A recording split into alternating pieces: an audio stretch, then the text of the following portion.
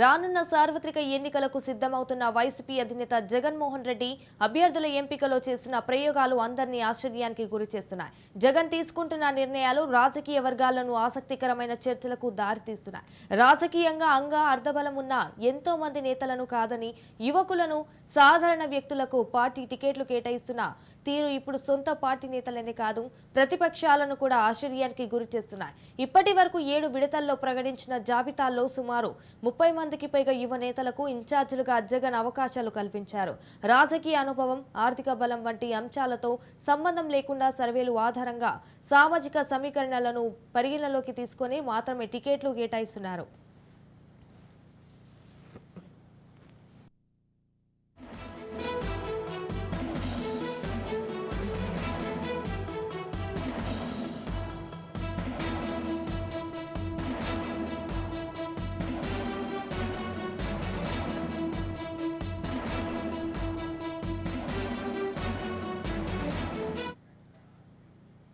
అంచనాలకు అంతు చిక్కకుండా సీఎం జగన్ సీట్లను కేటాయిస్తున్న తీరు ఇప్పుడు రాజకీయ వర్గాల్లో ఆసక్తిని కలిగిస్తోంది.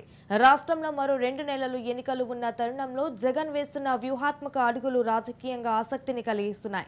ఇప్పటి వరకు 7 జాబితాలో 69 అసెంబ్లీ స్థానాలకు, 18 లోక్సభ స్థానాలకు అభ్యర్థులను ప్రకటించారు. వీరిలో 30 మంది అభ్యర్థులను కొత్త వారే ఉండడం గమనార్హం. కొత్త అభ్యర్థులను ప్రకటించిన అనేక స్థానాల్లో రాజకీయంగా ఉద్దండులైన సీనియర్ నేతలను కాదని కొత్త వారిని బరిలోకి దించుతుండడం ఆసక్తిని రేపుతోంది. ముఖ్యంగా నెల్లూరు, ప్రకాశం జిల్లాలో జగన్ తీసుకున్న నిర్ణయాలు విశ్లేషకులను సైతం ఆశ్చర్యానికి కలిగిస్తున్నాయి. ఆర్థిక అంగబలం ఉన్న పెద్దారెడ్డిగా చెప్పేవారిని కాదని కొత్త వారికి అక్కడ అవకాశాలను కల్పిస్తున్నారు. ఈ సమీకరణాలు ఇప్పుడు రాజకీయంగా ఆసక్తిని రేపుతున్నాయి. నెల్లూరు ఎంపీ అభ్యర్థిగా బరిలో దించాలని భావించిన సీనియర్ నేత వేమిరెడ్డి సూచనలను పట్టించుకోకపోవడంతో ఆయన టీడీపీలో చేరిపోయారు.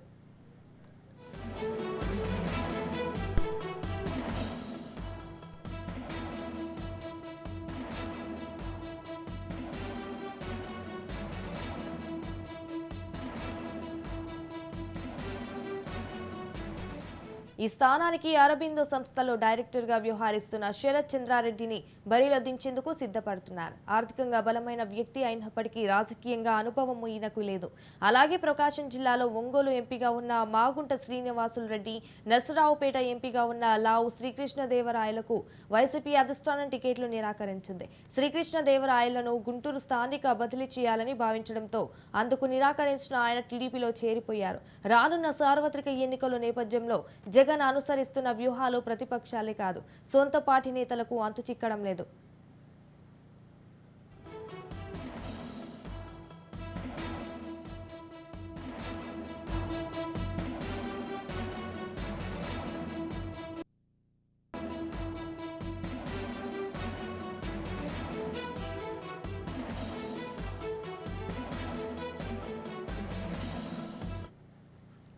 విజయమే లక్ష్యంగా అడుగులు వేస్తున్న జగన్ సర్వే ఫలితాలను ప్రామాణికంగా తీసుకొని అభ్యర్థులను ఖరారు చేస్తున్నారు. ఎటువంటి మొహమాటలకు తావివ్వకుండా ముందుకు వెళ్తున్నారు.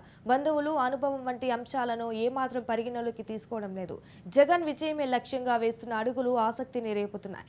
తాజాగా జగన్ అనుసరిస్తున్న విధానాలు, అభ్యర్థుల మార్పులు రాజకీయంగా సంచలనం సృష్టిస్తున్నాయి. సత్ఫలితాలను ఇస్తే మాత్రం భవిష్యత్తులో దేశంలోని అనేక పార్టీలు ఈ విధానాలను అనుసరించే అవకాశం ఉందని చెప్తున్నారు. జగన్ టికెట్లు ఇవ్వని ఎంతో మంది నేతలకు టీడీపీ, జనసేనలో టికెట్లు లభిస్తున్నాయి.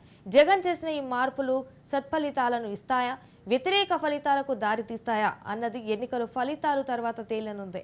ఫలితాలతో సంబంధం లేకుండా ధైర్యంగా జగన్ తీసుకుంటున్న నిర్ణయాలు మాత్రం ప్రస్తుత రాజకీయాల్లో సస్పెన్షన్ అని చెప్పాలి.